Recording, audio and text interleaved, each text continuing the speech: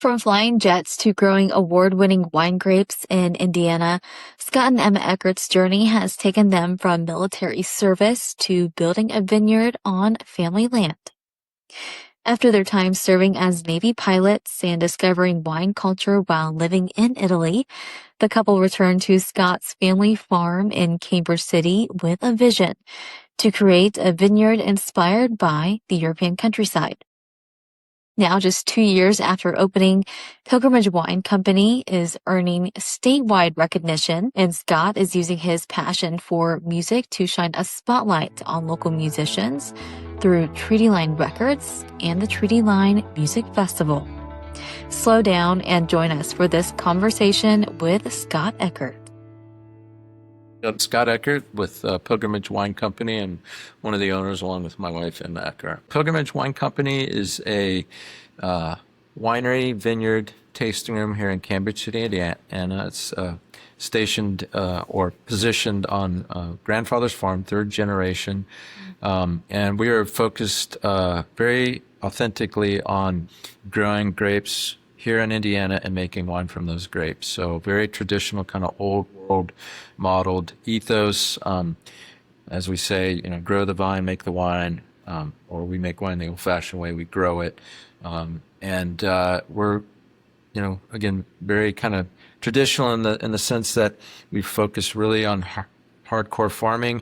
And then if you know anything about winemaking, you basically ferment the grapes, and wine is fermented grape juice, and you just kind of get out of the way and let it be what it's going to be. So we're doing that experiment, seeing what we can make from the grapes that we can grow here in Indiana. And we turned 2 in August, and we're quite pleased with what we've been able to produce up to this point. It takes a long time for the grapes to grow and then become wine. So this will be our 8th year growing grapes, but only the 2nd year being open to the public. And we just were notified that we won Traminette, which is the state grape of Indiana, of the year at the state fair this year. So best Traminette of any of the wineries that make and submitted Traminette in that fair. So that's really something we're excited about, to get that level of recognition just in our 2nd year being open. You focus on serving specific wines? A little bit different than a lot of wineries in Indiana or in the Midwest, frankly, where the MO is typically cheap, sweet, and get you drunk. We are more modeled after the European style of wine because that's what we drink. And again, we're very much motivated by passion, which is not always the smartest financial thing to do, but we do it because we love it and believe in it. So we are drier style table wines, and they're a little bit more premium. They cost a lot to produce, and they're a little bit more expensive than some of the stuff that you might get at the grocery. But that being said, they're also somewhat intellectual because you can come out, taste the wines, believe in their quality, and we've been obviously now getting accolades for that. But there's something special, and the Europeans know, when you sit at the tasting room and you see the vines that produce the grapes that went into the glass that you're drinking. That's really, really special. Can I ask what sparked this? What started this? The main thing, again, we talk about, my wife and I were both Navy pilots. We were met in the Navy. I was stationed in Italy. And when you're in Italy, on your off days, you usually will develop a taste for the, wine and wine culture, and just an easier pace of life. And I certainly did. It's about the time that we were, getting together, and then obviously got married. She more or less introduced me to wine. Before then, I wasn't much of a wine drinker, although my mom was a big wine lover growing up. I didn't like the taste of the stuff, but as I got older, I began enjoying it more and more. But certainly being in Italy with friends, I say that just because when we're trying to figure out where to take pilgrimage, it's always, what would we have experienced when we were in Italy? And you see that kind of in our decor. It's very kind of European, or at least our version of it. That was 20 some odd years ago now. Flash forward to about 15 years ago, Emma and I were driving down the Midwest camping with our 2 golden retrievers. We're big golden retriever lovers. And we discovered our first winery in Indiana, down in Columbus, Simbin's winery. And it was like a bomb went off in my head. I was like, wait, they're growing grapes in Indiana. What's this all about? Being a hard-headed and very stubborn and determined person, I went straight to Purdue, like, discovered that they have a wine grape track. They're growing these grapes, leading the industry in Midwest viticulture. And I just was like, wait, we've got a family farm in Cambridge City I used to visit as a kid. I just remember going to the barn and shooting guns. Well, come to find out it's almost 100 acres. And so got with the extension guy here in Richmond. They came out, yeah, it's good dirt. There's no reason why you can't grow grapes here. And I just decided right almost then and there that when I retire, which happened in 2020, and come into Indiana, and we're going to plant a vineyard and try and live like the Europeans. So probably not the smartest thing, but again, we're passionate people, and when I make my mind up to do something like that, I do it. So Friday, Saturday, Sunday, we're now open till 8 on Fridays. We do a happy hour. Music on Saturdays, noon to 6 on Saturday and Sundays. Sundays, understandably, our chill day. There's usually not much going on in terms of entertainment. But for Saturdays, we always have live, local, and original music. And again, we've got a heck of a schedule of regional musicians generally, and we do have some people come through from the coast every now and again. But in general, it's people from singer-songwriter types from Indiana. Definitely we're focused on the vibe and the feel and the presentation. And I think it is the thing that really helps us set apart. I am a big fan of Barnett Helm and Doherty's, the other two agritourism businesses. We all do something a little bit different. I've got a 10-year-old daughter who loves going to those places as well. For us, again, it really is about that ethos, that experience, or hearkening back to that European feeling of being on the countryside. So yeah, you're surrounded by the vines when you're sitting on our patio. It's very stripped down. We don't have a gift shop with tons of knickknacks. It's all about hopefully coming in, tasting something that was literally vine to glass. And if you really get into wine, you will know that wine people, the provenance, the grapes, like the French call it terroir, where the grapes came from, how that impacts the taste, the environment, all of those things, for being such a simple beverage really come to the fore. And that's why some wines can fetch exorbitant prices for whatever reason. But we are, again, more motivated by that kind of thing. A small menu, it definitely, is a little bit of a different take on it. But Emma and I like to say we don't really know how else to do it, because I can guarantee you where we are in our lives, we wouldn't be as motivated to do what we do out there if we didn't believe in it. If it was just an alcoholic beverage or a bar or something, like we would want to spend our time elsewhere. But the fact that we planted those grapes, we baby those grapes, we obsess over those grapes, we cry over those grapes. And I mean, I want to believe that comes through and the elegance of the wines. What led to the connection with music?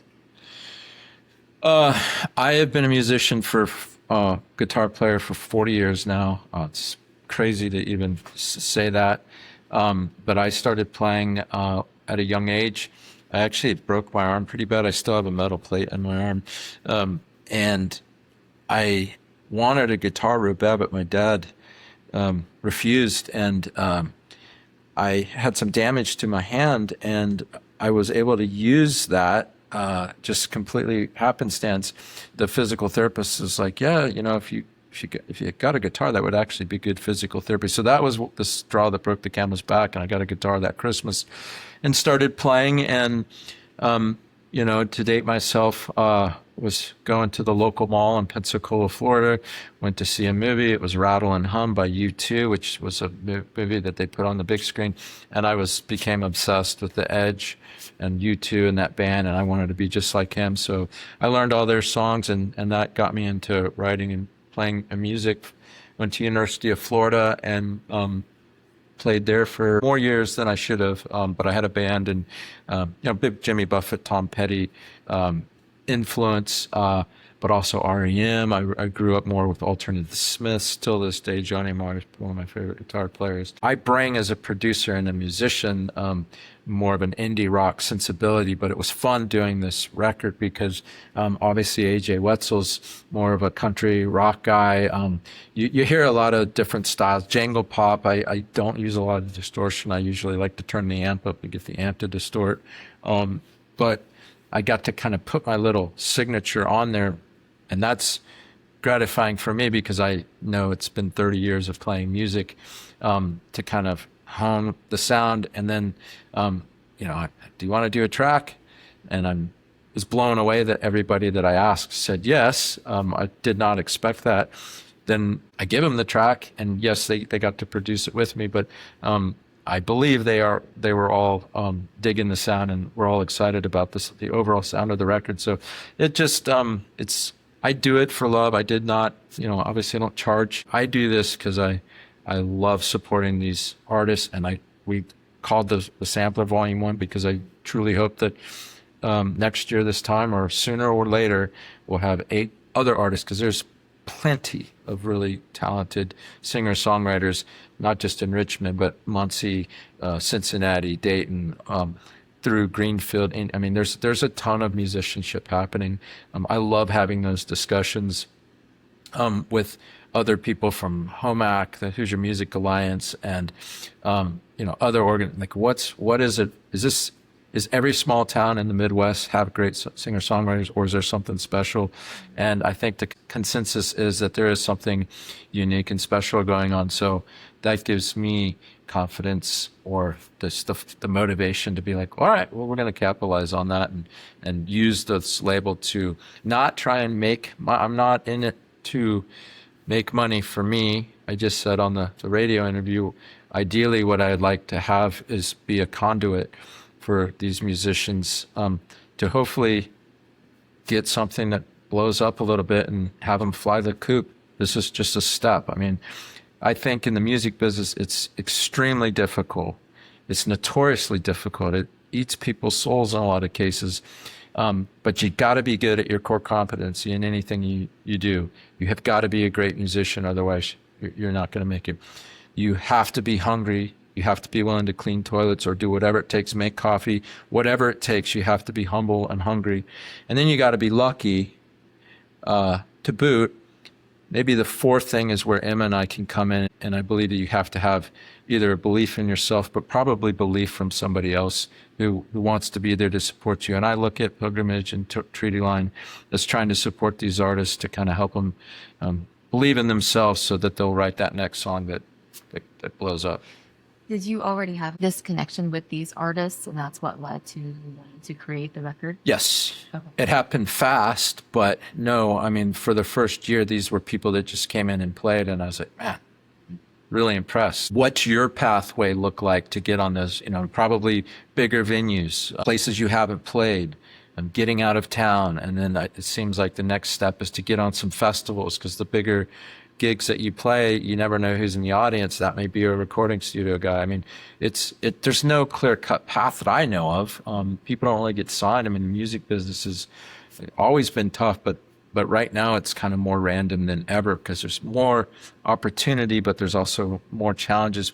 Recorded music is next to worthless now because of AI and everything that's happened. So I am cognizant about that. It's just one record in a sea of bazillions of other tracks, but there is something special. We're putting it on vinyl, so it's a calling card. I love the fact that it's part of our marketing budget, but dual marketing for the artist as well. So it serves two purposes. They're not necessarily having to pony up anything. What I want to get them is greater notoriety. But to answer your question, no, at first there was no, it's just like, oh man, we can't wait to have you back. Mm-hmm. And then the studio, I moved it from my basement at my house to a new area that we had at the winery. It's developed super organically. What is the compilation called? The compilation, it's not an original. It's just Treaty Line Records sampler. So again, I remember growing up, and some of my favorite records from different labels would be a sampler. And I don't know how they chose the songs, and not every song I loved, but there may be a song by an artist from whatever the label is that just caught my attention. But you could go through and see if maybe you want to learn more about that particular band or something like that. So sampler, compilation, whatever it is. And then volume 1 to imply that this is hopefully the first of many. I have more people that I would love to record with than I have time. I mean, and we'll get it done, but right now we're getting into harvest. We just had our cargo container bar open up. That was a lot of work to get prepped up. Another kind of addition to the farm experience and everything. I know I will record, and a couple of those artists want to do, an EP or a full record, which again, I'm humbled and blown away by. I'm up for the challenge. I just got to find the time. So that'll probably happen over the holiday when things slow down. But yeah, it's volume 1 because there's no shortage of talent, and I truly believe that. Can you briefly tell me about each artist? From top to bottom, the Mortonians, named after the Centerville High School mascot, really. I mean, just a great story. The 3 of them are brothers, not literally, but they consider themselves brothers. They've been singing since literally middle school. Dave Zimmerman, the piano tuner / piano player, is part of a world-class barbershop quartet. So the level of their technical prowess and harmonies is very evident. That's the first song on the record.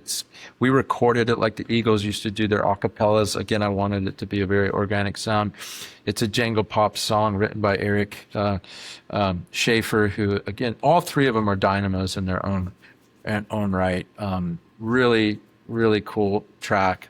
That goes into AJ Wetzel, who has a ton of potential. I mean, he is radio ready right now, and he definitely credits Sean Lamb as one of his biggest influence, gave him a start, has been a mentor to him. So he's got more of that country. It's very, his first couple of records, tons of songs about Canberra. It's very tied to this place and this land. In the last year, from his first gig to how he's playing right now, playing 5 shows a week, he's made massive strides and looks the part. He's got a ton of potential.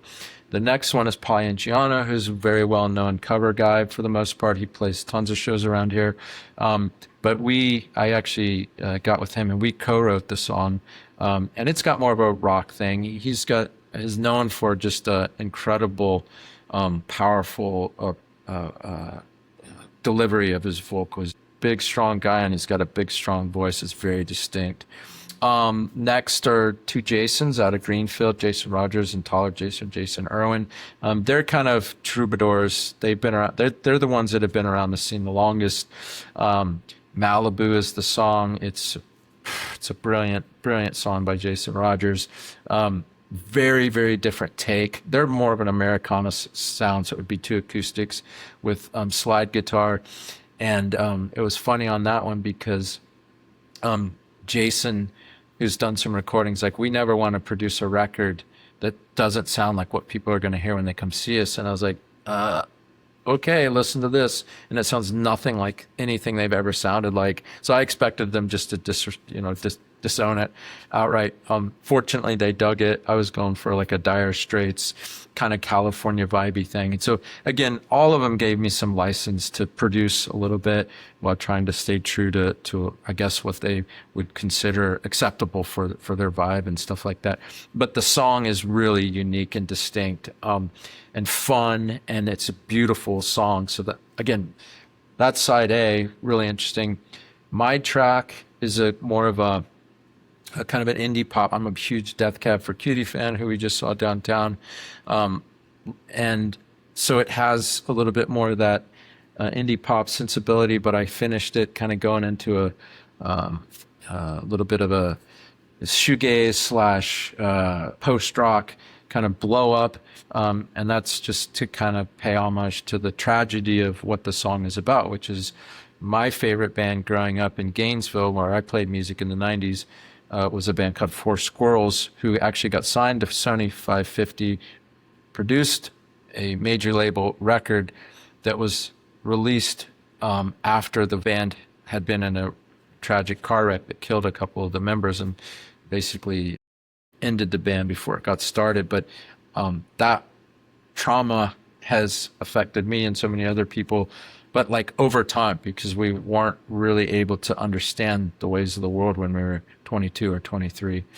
So that's what I sang the song about, followed by Chad Wansick from Cincinnati. He's actually from New Paris, I believe. Incredible. But technically, I think he's probably the best musician on the group. He plays like Dave Matthews.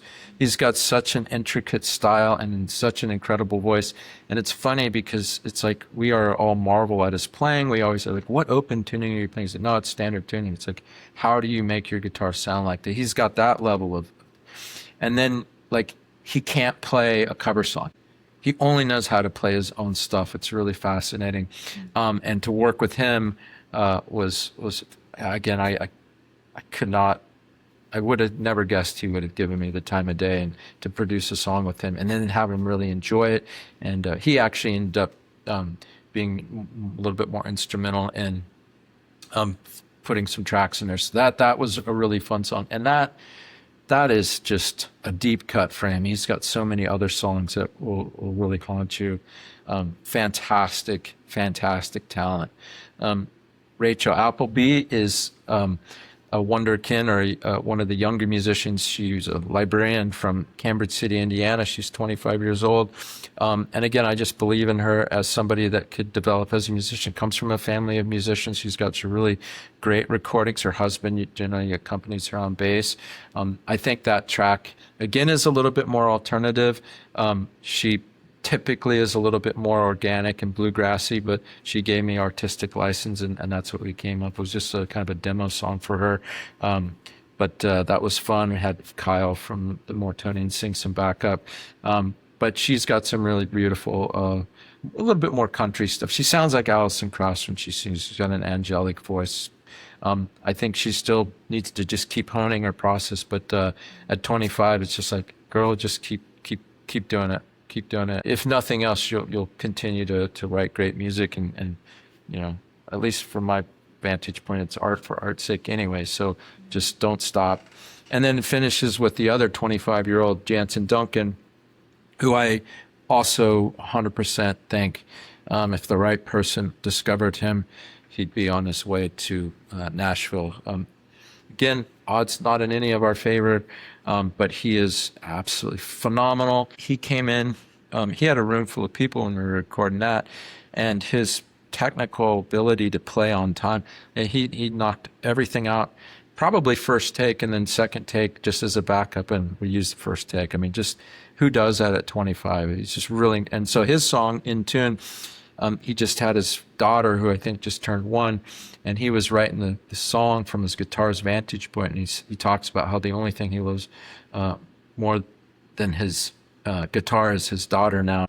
It's just a great song. So boom, boom, boom, boom. That's side B. As it came together, as we like to say, no skips. I'm calling all of the musicians the class of 2026. Everybody's super supportive. There's no egos in this group, which is rare. It's just a wonderful project right now. Were these songs written specifically for this? No, the two Jasons knew I loved Malibu, so they gave me license to do that. Go is another one. I love that chorus by AJ. He's working with some producers up in Fort Wayne. Fort Wayne's the home of Sweetwater, which is the biggest music supplier in the country now, if not the world.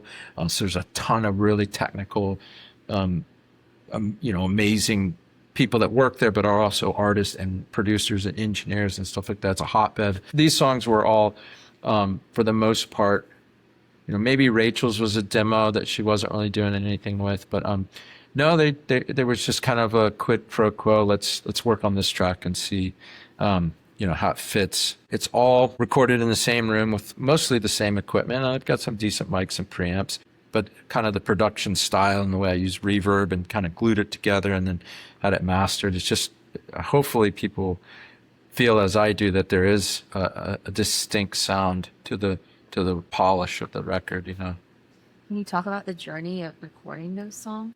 I basically ask the person to send me an iPhone recording of the song, and from that I can deconstruct it, put it on the grid, and then go drums, bass, guitar, maybe a scratch vocal. And so all they got to do is come in and lay down usually the acoustic guitar, because that's their main instrument, and then the vocal, and then we'll talk about harmonies. But I can get their session done in a couple of hours most of the time, maybe revisit it a couple of times. And so once we kind of got it going, I mean, I think the first track I did was with Rachel. She actually does some shifts at the winery. She came in and did it. And then Paul came in, the co-write we did with that. And then from those two songs, at this point, still didn't know who was going to be on it. And that was probably in the spring, March timeframe. So here we are 6 months later, a week away from having the vinyl in hand. So it happened pretty quick. But my process, it's funny, as somebody that has produced those records, I've now seen where I can waffle on a song for months and months and months. In fact, I've got 2 records that I want to finish, but because it's my own project, I just tinker. But when I'm working on somebody else, I can get it done. And it's because it's a 2-person job, and it can be very efficient with 2 people. But when it's just me, like I don't know if it's my own worst enemy or I won't commit. It's this very strange kind of writer's block or production block. I can work pretty quick with musicians when they give me a skeleton idea of what the track is. And so it's pretty efficient. So this all leads to the Treaty Light Music Festival. Yes. Tell me about that. So that's coming up. From my vantage point, is this is marketing dollars for the winery. I mean, we're hoping to sell a bunch of wine, obviously. Let's call it what it is. But it also doubles as marketing for the musician. And so my goal, and I've said this to our team, but also to the musicians, is I would like nothing more for obviously a beautiful weather day, but 500 to 1,000 people to show up, to give them the audience to go out there and do a 30-minute showcase. And we've reached out to over 50 industry folks, from, listening rooms to the Irving Theater to Redwood Collective to other recording studio people to labels, Secretly Canadian, all of the different groups. There's 1,000 people at the show. And some of them are industry, and one of them goes up and has a hell of a set, like I know they can do. Then maybe that's one of the things they need. So I just want us to have. We're going to have the LP in hand. Hopefully, it hasn't been delivered yet, but it's a solid probably that it'll be here. I'm trying not to think about it. We met all our wickets, but we'll have the album in hand for people to buy. It's a calling card, it's vinyl. They get the digital drop card in it as well. All the musicians that are on the record will be there to play a 30-minute showcase. So you're going to get to hear the people, to include the song that they submitted for the record. And I just want them to have a wonderful day. I mean, we're going to have an after party as well. We've got some great vendors. It's the first time we've had outside beer on hand. So we got Chicago Pizza from Cambridge City. Going to have a beer garden. So we'll have one of the challenges, and I fully admit this, again, I've talked about we're not sweet, cheap, and get you drunk, which already alienates anybody that's into wine, which is heavily female. We don't have whiskey, which is what most of the guys like, and we don't have beer. So we're already, kind of poking the bear, because we have Italian-style dry table wines that aren't cheap. And then we've got live, local, and original music, as opposed to the cover bands and stuff like that, which is usually a bigger draw. So we are keenly aware that we are really hamstringing our demographic and trying to figure out ways to make it, not a one side, either or kind of situation. Don't know what that looks like going forward, because I do not want to undercut the brand of Pilgrimage. I'm very proud of the wines that we're producing. And I've never been to a great winery in Napa that's like, oh, you don't like our wine? Here's some beer. It just would take the wind out of that sail. But there are ways to potentially, I think, offer drinks maybe when we are doing music or something like that. It may mean building another venue on the property, an amphitheater type thing, and that's kind of where we're at in terms of grander, broader vision of what we can build out there. We have 100 acres, but For this, we're trying to really make it as accessible as we can. We've got 15 vendors. We've got stuff, we proudly put on our bottles, kid-friendly, dog-friendly, veteran family-owned and operated. And we've got some bounce houses out there. We've got face painting, a brighter pass, bringing some animals. So I think there's some horse riding. The Amish are bringing a buggy, doing hay rides. Like I said, we got the beer garden, wine all day. But really what I want is to provide a big audience for these musicians to play their music and get them big exposure. So we're really looking forward to it. It also coincides with our second birthday. So yeah, a little bit of stress, but it should be a great day. And that's August 8th. August 8th. We are open on Saturdays from noon to 6. The music's going to kick off. I'll get it kicked off with a little introduction, and we'll play a 30-minute set. And then every 30 minutes from 2 to 4, the music will be going, or 2 to 6. What do you hope the audience takes away from this? 100%. As I said, first of all, I hope that they are like, wow, that person I didn't know that much about is really, really good. But again, I am very bullish on the fact that, the next superstar could be right here in our backyard. It could be an AJ, it could be Kyle, it could be Jansen. I mean, I think those guys in particular are at that level where they could be handpicked. You would never know that they don't belong next to Tyler Childers on a playlist or any other. I mean, it's not that easy because there's a bazillion musicians out there, in the nation, but they are operating at that level. And that's all you can do. As I said, you got to be good and hungry, but also have a little bit of luck. I mean, there's examples of musicians that were, Johnny Marr, mentioned him as my favorite guitar player. The Smiths released all their music, 80 songs, and he wasn't even 22 or 23 years old. So there is such a thing as just genius, What I subscribe to, though, is like, you have to be, ready when that opportunity presents itself, and you gotta work at it. You create your own luck. And so it's just kind of, this is pie in the sky stuff, I suppose. I want to give them, hopefully, an opportunity to, take that next jump. And then the next step from there is to make that connection with the next person that can help them on the journey and have them fly the coop and look back and be like, they helped me, So it's more almost for the musicians than the audience from my vantage point. But to give the musicians what they want, we got to have a good crowd there and hopefully some industry people and just a great day. Because I know that when they're given the opportunity, they're going to put on a good show. They do it all the time. So there's nothing different. I mean, they've played at our winery many times, not all together at once, but I do want it to have a celebratory feel. And we all support each other when we get together. If we're not playing guitar, writing songs together, it's a good group of people. We don't have, at least in this group, any flaming egos to deal with. It's a collective and a supportive thing.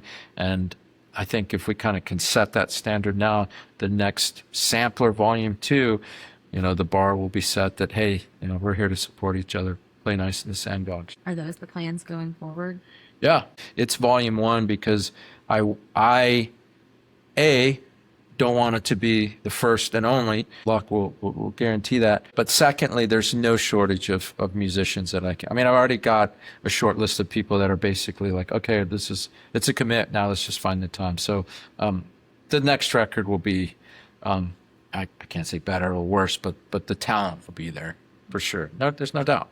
But I think I want people to maybe recognize, again, the Pilgrimage brand and the experience that we're trying to create out there is something special and unique, not just in Eastern Indiana, Wayne County, but probably in the entire region, if not the entire Midwest. I've been to a lot of wineries, and I've seen some good ones. I've seen some bad ones. It's not a competition. It's where our passion's at. We're not millionaires. We didn't come from a ton of money. We did our military career, and both Emma and I work day jobs to this day to support our version and vision of what we think's cool. It's not for everybody. Sorry about that. There's other places that might be your jam.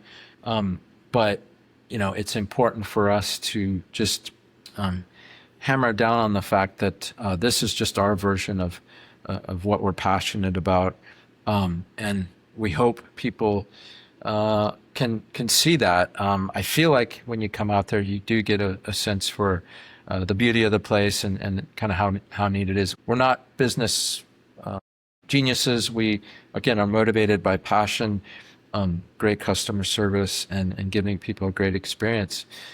We have some metrics that tell us that we're doing things right. We have a big wine club relative to the amount of business that we're doing. It's just something that we plan to continue to grow organically and turn into literally a world-class venue and experience. And then the music is certainly related, but a separate kind of passion project for me. And I think marrying those two things while kind of keeping them mutually exclusive is a really cool thing. And we're excited to see where it goes. I want people to realize, or at least, be sensitive to the fact that this is a unique experience. It's very authentic. It's rare. We like to think that if you want anything even remotely close to the authentic experience that you legitimately get at Pilgrimage, you'll have to get on a plane, fly to Chicago, then fly to Rome, and then go into Tuscany. And it's a better experience. Nothing will beat that experience. And I would never say that we're better than that or make better wines. But it's a 15 or 20 minute drive versus a week-long excursion costing thousands of dollars. It's not a bad secondary alternative, and it's legit, it's real, and it's all from Indiana and treaty-lined fruit. It's pretty cool, and it's right here in your backyard. Thank you for listening to this episode. There are plenty of stories just like this one on thehometownheadlines.com. Stay kind, stay connected, and keep looking for good.